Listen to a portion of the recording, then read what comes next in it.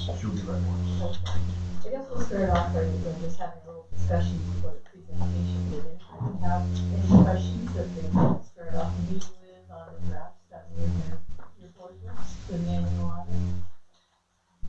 We did, the audit committee did come together and then joined us for a meeting last week, where she went through all the details in the audit. And the committee didn't have any amendments to the draft audit that you're seeing in your board book. I did bring some paper copies too, if anyone wants to prepare one of those. Right, and we do have some at this end, so if you want, if anyone on that end, if you want to look at a paper copy, then you can have look at that. But Leslie will be in a moment to go over everything with you, but like I suggested in the past meetings, really enjoy to have them in the office. Everything went very fluid. And I didn't encounter any difficulties having been here, and I don't believe they encountered any difficulties from what we had to give to them. Everything, there was no findings in their management letter, everything was well.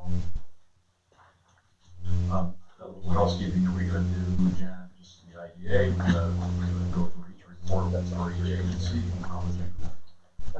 I would just probably do separately for each entity.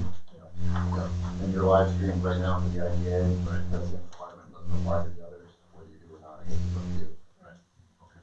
I guess at this point, Ben, would you want to jump in perhaps and then like get more presented from your point of view and from mine until Leslie can join us, perhaps you can just kind of get started over, what they received in their board. Yep, so I'll go over, we'll start in the IDA then. So in the packages that were sent around, just run the communication letter, the management comment letter, and then the actual financial statements for the IDA. So that's a governmental entity, unlike the other ones that were sent around, so that won't have a management discussion analysis, where the other ones won't have that required supplemental information. All the reports that you did receive are in draft form. We did that conservatively just in case there's any changes. We plan to go with final reports right after this meeting. I'll start into the actual IDA financial statements, which are on the larger PDF. Looks like that's have a balance on it. So there's the first couple pages are the independent auditor's report. So that's really our report. It's really the only pages in the whole financial statements that we own. And that's where we render an opinion on the financial statements. So for the IDA, we're rendering a modified opinion, which means we agree the numbers in there present fairly the financial position of the IDA as of December 31st, 2019. There's also a couple blurbs on page 2, a couple paragraphs for the required supplemental information, which once again will be management discussion analysis.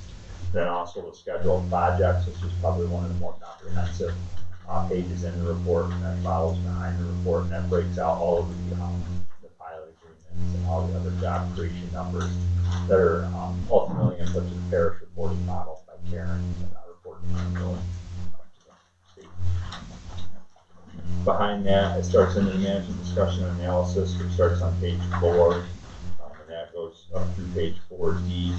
So if you don't read through the entire booklet, it's always a good idea just to look at the management discussion analysis. What that document does is it puts all the numbers into a narrative form that changes from this year to last year and kind of makes it easy to digest. Page 4 goes over some of the financial highlights this year compared to last year. It looks at your total revenue and expense numbers and your net position. You will notice the last bullet there, your net position for the year 2019 amounted to almost $900,000, which is an increase of about $220,000 over last year.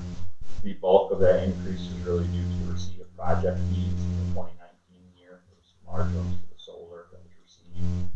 There's also one for the 8385 Main Street. Turn a couple more pages to page 4B. In there, we actually put in some charts that calculate the dollar change in the right-hand side. So this is just the IDA. This is the statement of net position. We have your assets on top, and then the liabilities, and then your net position on the bottom. So the bottom line you'll see in the 2019 column is $887.62 in net position. and then you'll see the various assets and then the offsetting liabilities that make that up at year end. The largest increase was in investments, so you ended the year with about $603,000 investments, and that's really due to the receipt of those project fees and then the diligent reinvestment to try and earn some interest income on those funds while they're sitting there. So you brought the money in and then invested it. You'll also notice the due BDC on the liability side. That's up about $122,000, which is reflective of the amounts of the Route 11 property that was transferred from the IDA or from the BDC over to the IDA. So that asset came over. We see an increase in investment in properties. Then we also see an increase in the liabilities. More or less just a book transaction to move that over. When that property is eventually sold, the thought would be that those funds would be remitted from the IDA back to the BDC, and it would satisfy that liability balance. And that's similar to the, I think it was a Contento property a couple of years ago that was transferred over there as well. So page 4C of the financial statements, the next page there. This shows the changes in net position. So how did we go from last year's net position number of $668,000 to this year's $889,000? So we see our revenues and expenses for both the 18 and 19 year. You'll notice for the 19 year, midway in that chart there, total revenue some $313,000. Most of that is due to the fee income. There's a pretty large increase. We received about $270,000 in fee revenue on that solar project in the current year. So obviously that was a pretty large increase over the prior year, just that one line item. There's also operating expenses or professional administrative expenses, which are pretty consistent with the prior year. Some of that's the transfer over to BDC for all of the salaries and other administrative costs of administering the IDA that are captured in the BDC's books. And then also new for this year is the project expense of some $51,000. So really what that represents is that Route 11 property when it was transferred over, which was in subsequent year end, so it was the early part of the year. Towards the later end of the year, there was essentially the thought is that it's going to be sold off to Homer, and the value that we saw and what we were looking at was around $71,000. We understand might not be all full the total amount of revenue yet, but it's the most recent figure we have for value on that asset. So conservatively in talking with Karen, thought it was best to adjust that asset down to what the norm, what the value is thought to be received for it is. So to do that, we had $122,000 value on the book, so we adjusted that down around $50,000, $51,000 to the $71,000 value in anticipation of selling that next year. Now, if you do sell it for more than the $71,000, that would just be reflected as an increase in that position or revenue item next year. But the idea is we didn't want to overstate that asset year end. That too is also disclosed in the footnotes. Obviously, that's a significant transaction. I believe it's note 4. If you want to read about it, those through discloses the amounts and the property related due to and due froms between the BDC and the IDA. Page 4C down at the bottom, there's factors bearing on the agency's future. This is a part that Gary puts together. These paragraphs is a prospective look on kind of what's in the pipeline for the IDA. I also think that's probably one of the more important parts of the report. So it helps the financial statement user understand what's coming down the road. After the management discussion analysis, starting on page 5 is the actual financial statements for the IDA. We have the IDA, which is the primary government, and then there's also the agricultural local development course, which is discretely presented component unit, but that's also disclosed in note 1 in the nature of the entity. That gets its own separate column here. And these numbers for the primary government are the same numbers that we just talked about in the management discussion analysis. Page 7 is, or page 6 is the statement of activities. Again, that's the same as what we talked about in the management discussion analysis. Page 7 is cash flows. At the top, you can see the cash received from providing services where that fee revenue comes in. That really helps to drive that number up from the prior year balance. Starting on page 8 are the footnotes to the financial statements. So it defines significant accounting policies and the reporting entity itself. And then it goes into note 2, which talks about deposits and investments. Obviously this year, due to the receipt of that fee income, we had a lot more resources for deposits. And some of that was invested in new investments. So you'll see in the certificate of deposits, you did have about $603,000 this year, as opposed to right around $300,000 last year. We also talk a little bit about the fair market value hierarchy and the different levels that go into that. You can read through that if you're interested in that. Note 3 is capital assets, not a lot of activity there. And then note 4 is investments in property, which talks about the Pimento, Route 11 property, and then the railway property as well. So that defines, it gives more detail on all those balances that you see aggregated on the balance sheet. Note 5, obviously an important footnote, payment in lieu of taxes. Those numbers come from the supplemental schedule in the back. That talks a little bit about those. Leases, that also goes through the lease transaction you have with the railroad. And then note 7 on page 13, that's also a pretty significant note, related party transaction. So in there we have to define any transactions that you have with the BBC or CCPC. So those are pretty standard from year to year. This year we did put the Route 11 property in there, obviously because that was a new related party transaction for the current year. Page 14, this is probably the most important schedule for the whole report. This is the schedule of projects. So on here, there's a lot of legwork on Karen's part of the business deriving these numbers.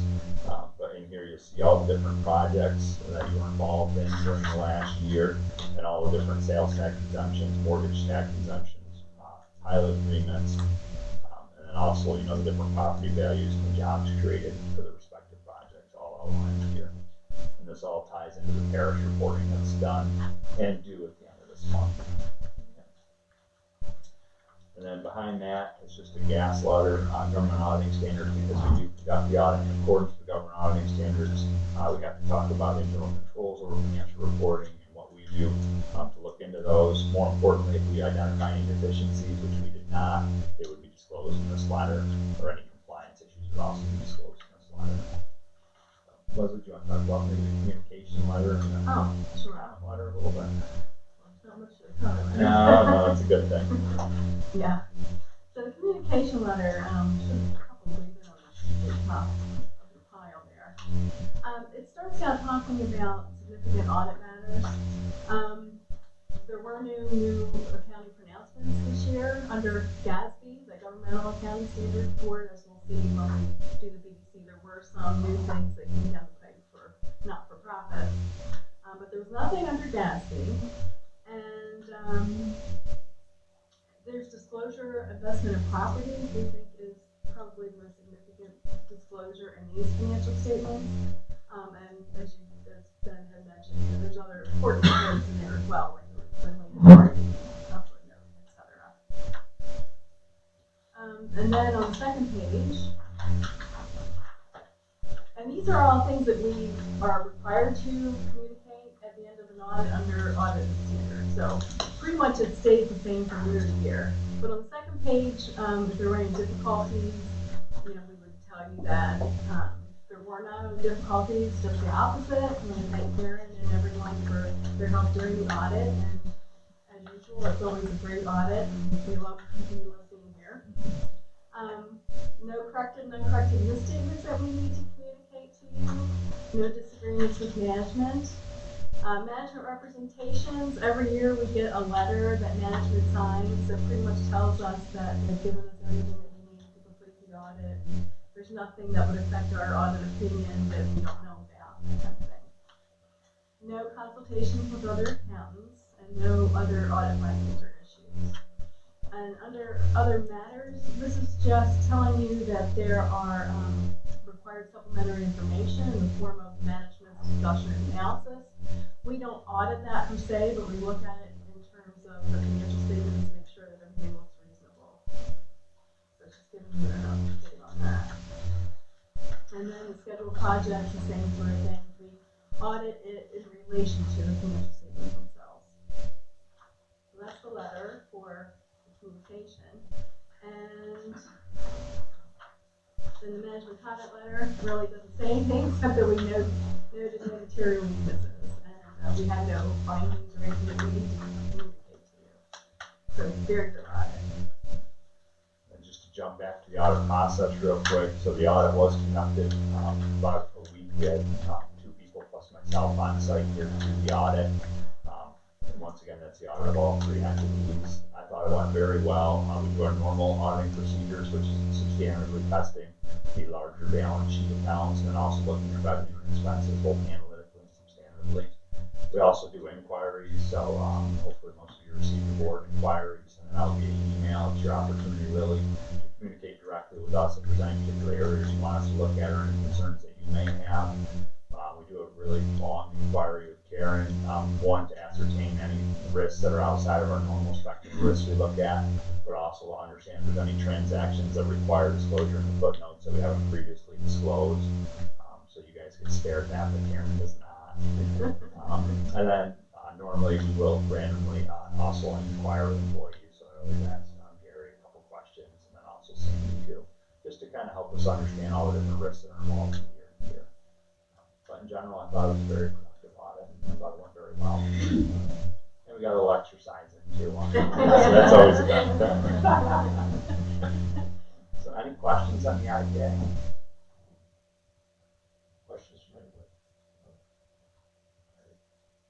Okay, very good. Looking for a motion to approve the draft? Yes. All right, good. So who's on the audit committee? So move. Okay, motion made. I'll second that. Any discussion? If not, all those in favor say aye. Aye. Opposed? Motion carried.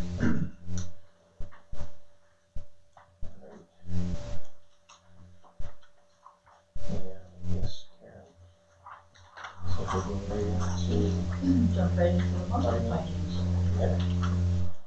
So in closed in your board books, you did have the balance sheet and the income statement with an overlay of comments to both, highlighting the various items that I felt that I wanted to highlight for you.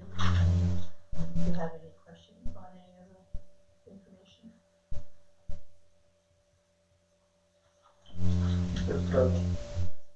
Like the plan for technology, is that something that's Yes, be that was the live ongoing? stream, so, because the idea is that requires a live stream, so we have assistance with them to set everything up wirelessly and what product to buy, consulting, meeting with them as well, and their time in here setting up the live stream system. Is that a one-time cost? It was, yes, yeah. And then the hardware also, you know, we had to buy the camera and whatnot, the accessories to go with it, too, we have it all be wireless. So Makeup room.